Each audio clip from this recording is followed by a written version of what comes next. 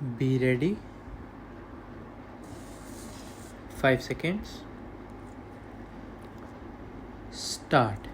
Sir, the Honorable Minister read out the whole list of schemes which the government had been introducing, like the Rural Works Scheme, crash programs, 500,000 jobs scheme, and the whole plethora of schemes, but he has deliberately concealed the most important thing, namely, despite all these efforts by the government, unemployment has been continuously rising ever since the first 5 year plan.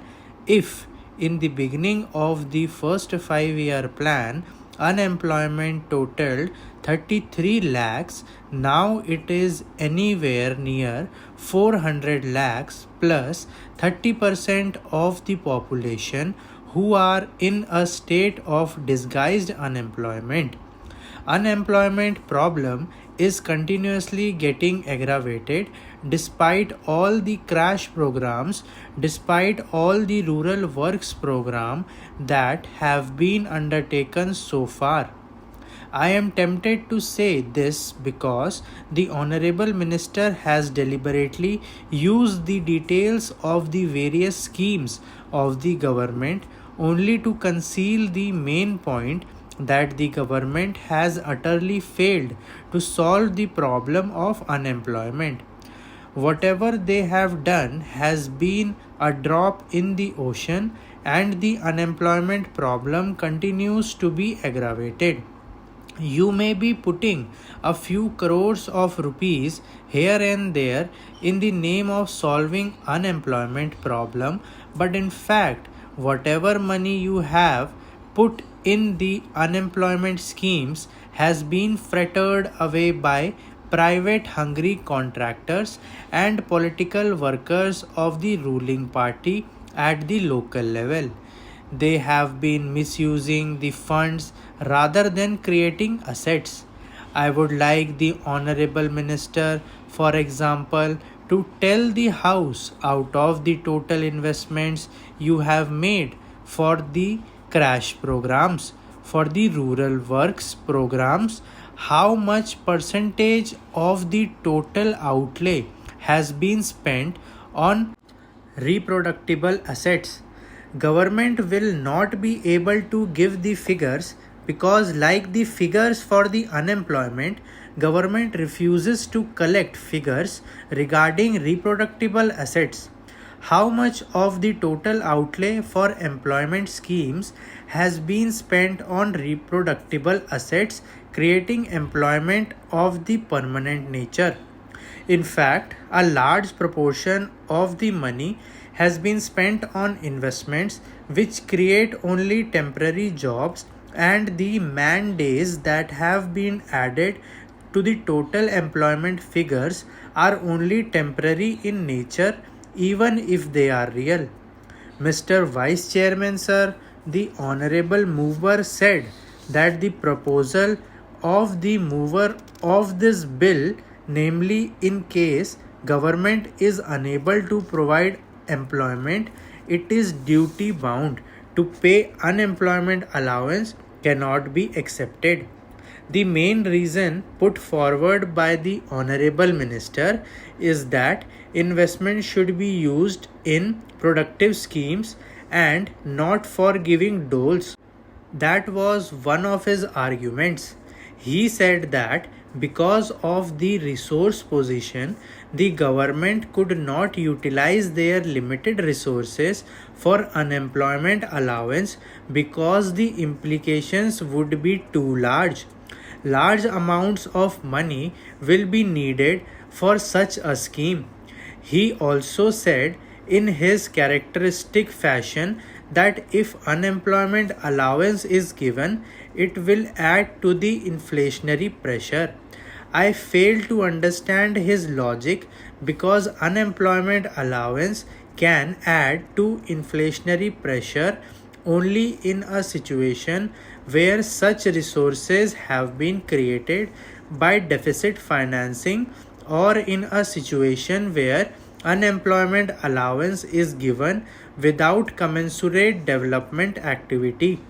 It is true that in a period of inflation, in a period of economic stagnation, as we are having today, any disbursement of money from deficit financing will add to inflation. The mover of the motion or anybody else did not demand such an allowance to be distributed.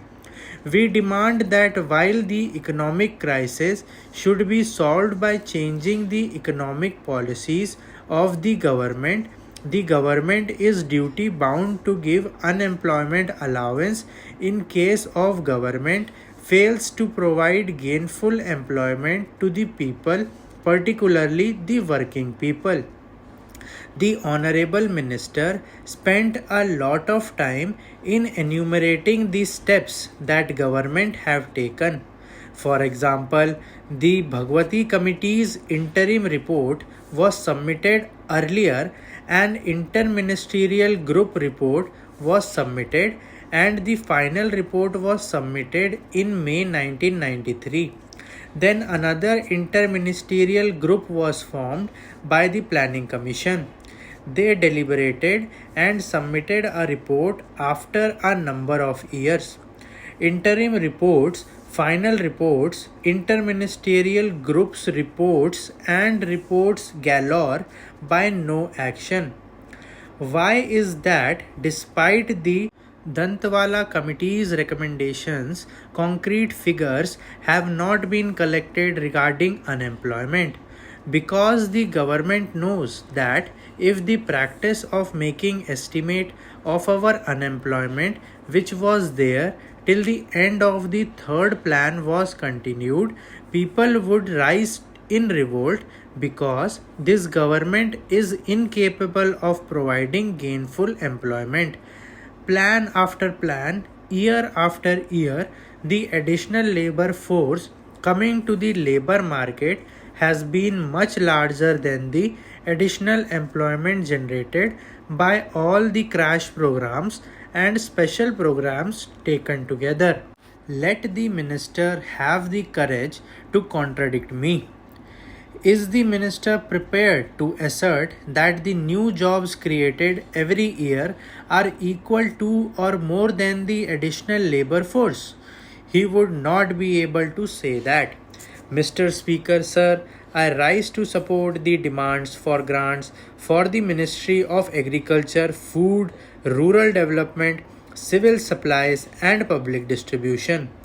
I compliment our Honorable Minister Shri Balram Jhakar, who is keeping in view the dreams of our father of the nation, Mahatma Gandhi, who always felt and said that the progress of India lies in the progress of rural India. We have to fulfill the aspirations of the people of rural India. We have to make their dream come true. More than 80% of the people dwell in rural India. Therefore, a new democracy was introduced after the independence of India, and all our stalwarts who came and adorned this august house, whether they were in opposition or in position, they also felt that agriculture is one of the most important aspects of livelihood of the Indian people. I do not deny the contribution of the opposition leaders and the opposition stalwarts who adorned this house and contributed to the welfare of India, but I will be failing in my duty if I do not pay my compliments to Pandit Jawaharlal Nehru. If Mahatma Gandhi is the father of the nation, I will call Pandit Jawaharlal Nehru as the father of India's democracy. He had capable colleagues with him, and with the capable colleagues and stalwarts in the opposition, he built a modern, self reliant India, and he dreamed to make India beautiful and self respecting. Like a true Gandhian, he started his movement and he thought of rural India. He knew what the land of India needs.